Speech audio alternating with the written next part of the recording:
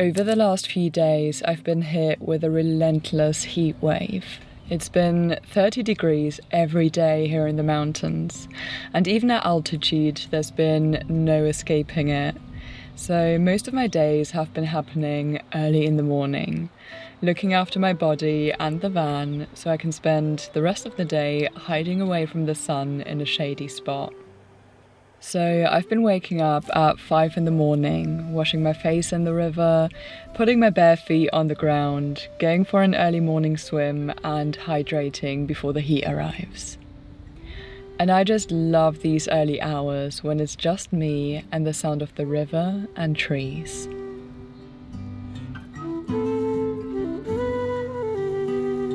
If you're new here, I'm Jessica, and I've been travelling full-time in my camper van for the last 3 years, together with my pup Heidi. At some point, I got tired of spending my young years working just to survive, so I got rid of all my stuff, hit the road, and never looked back. Join me as I spend a quiet morning here by the river and grow roots in the wild.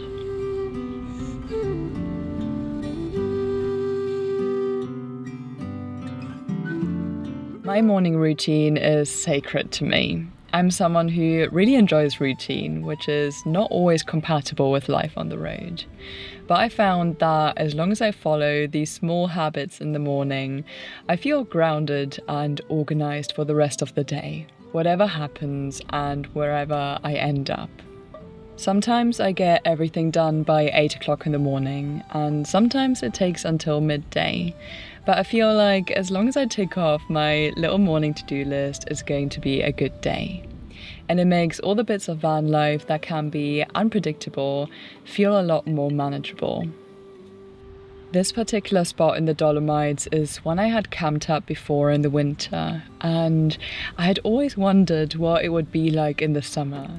So naturally, I ended up spending most of the week here and not really doing much, to be honest. This place has a really nice cool breeze in the early morning hours, almost like clockwork, which is one of the reasons I chose it as my home base this week. Although I love the excitement of travelling, I'm always so happy when I find a place I can spend more time in without being seen too much, noticing lots of little details in the landscape throughout the day, like the way the sun reflects off the mountains and, of course, the ways of the wind.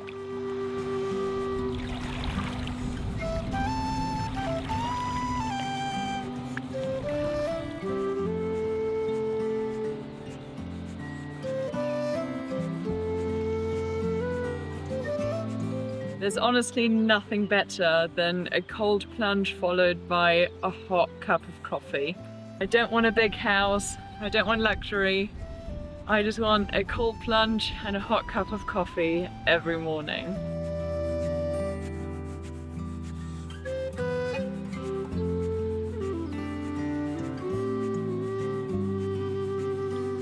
Over the last few years, I've shifted my skincare and health routine towards only using natural products, which are kinder to my body, and they also don't leach toxins into the nature around me. Recently, I've been trying a few products from Bristol CBD. They're one of the oldest CBD companies in the UK and the sponsor of this episode. They're known for their whole plant, full spectrum oils, and I've been using 3 of their products for a couple of months now.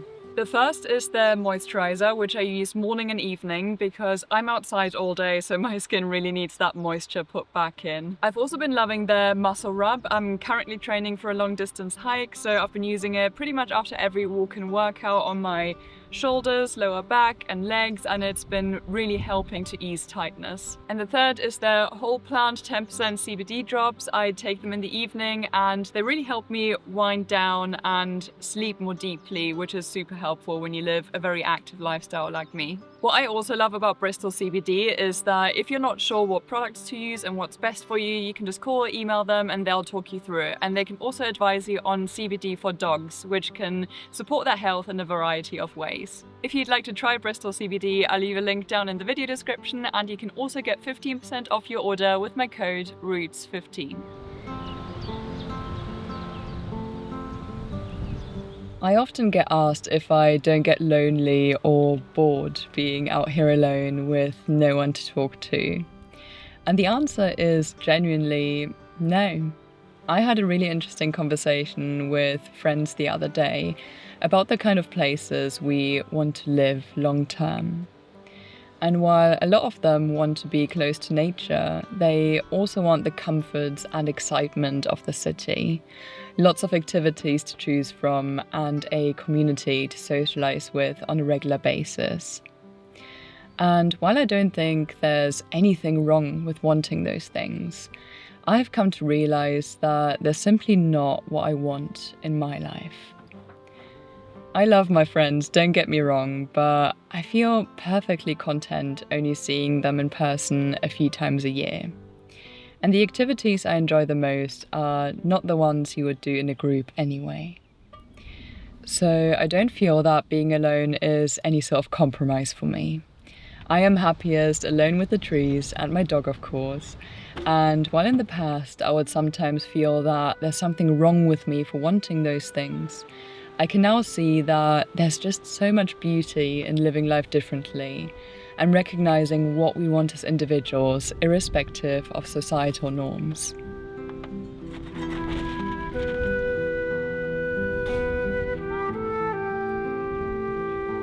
You good girl, Heidi. Good girl. When I first started van life, I found it really tricky to find systems for keeping everything tidy and organized. And at some point, I started doing a 15-minute clean every morning.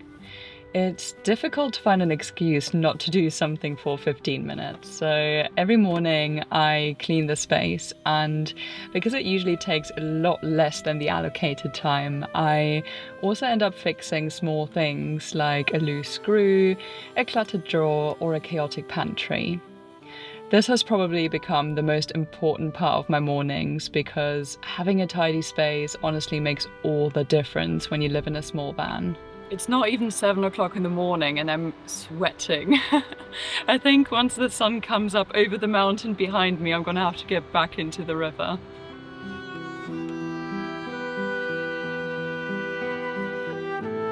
A friend once told me that looking after our bodies for 1 hour a day is a small price to pay for being able to do what we want with the other 23. And that has really stuck with me. Recently, I've also been reading a lot about how moving our bodies throughout the day actually matters a lot more than exercising once and being sedentary for the rest of it. And now that it's warmer outside, I've been making an effort to get better at that. But while I've managed to cultivate habits that keep me on my feet for most of the day, during this heat wave, a couple of hours will do.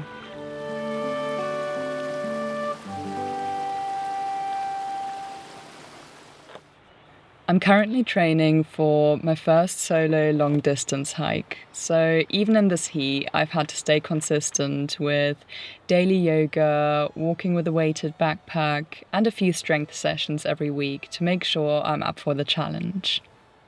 I am so excited to go hiking on my own. It's something I've always been scared of, but if you've been around here for a while, you know that I like to push outside my comfort zone. So this summer, there's going to be a lot of hiking and solo tent camping. But like many great adventures, this one begins in the small mundane things we do every day to prepare for it.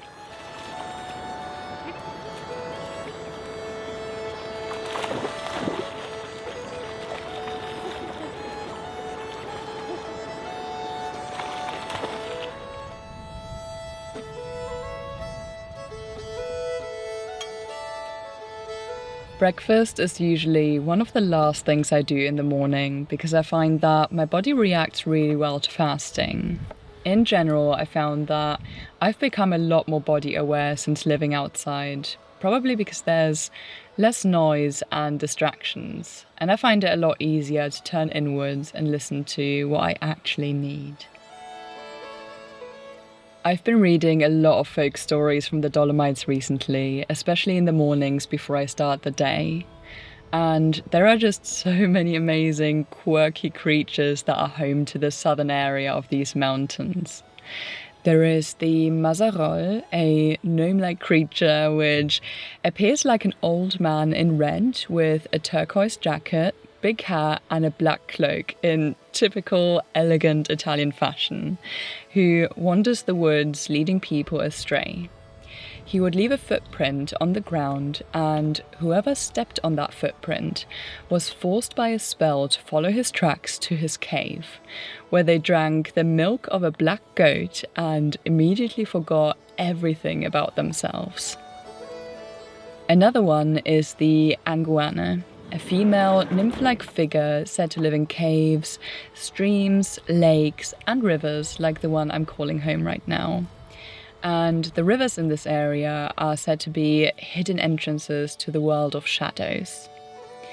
In some valleys, the Anguana are believed to be fearsome water goddesses, while others said that they were mountain spirits or the souls of suffering women to be avoided. And then, of course, there's the Selvan, a hairy, shaggy creature with a very long beard, dressed in clothes made of tree bark and lichens, who inhabits the local forests.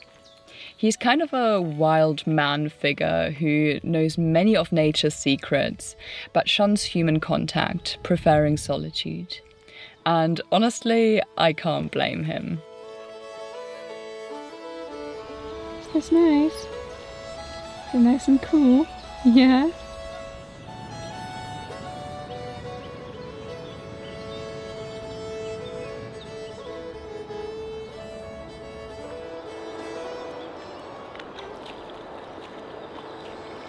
I do really love these kind of weeks where I'm forced to not do as much. The last few weeks have been quite action-packed. I've been driving down to Italy from the UK, hiking every day and seeing lots of different places, moving around. But when it's as hot as it is right now, I get really lethargic. I do my daily 5-kilometer walk with Heidi just as the sun starts peeking over the mountains.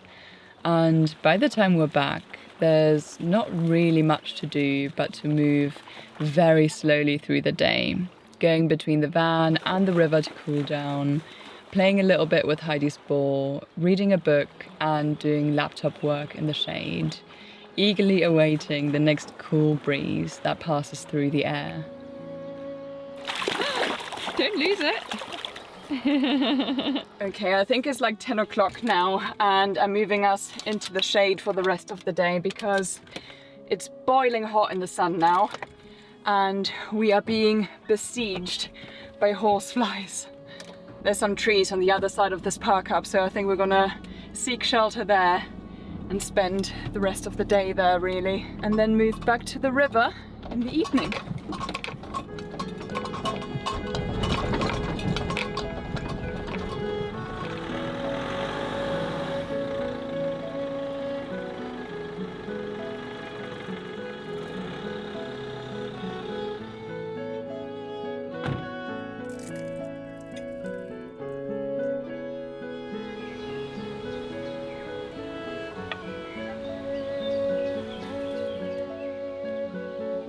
I hope you guys enjoyed seeing one of those days where not much happens really, because while we do get to go on many adventures, days like this one are very much the reality too.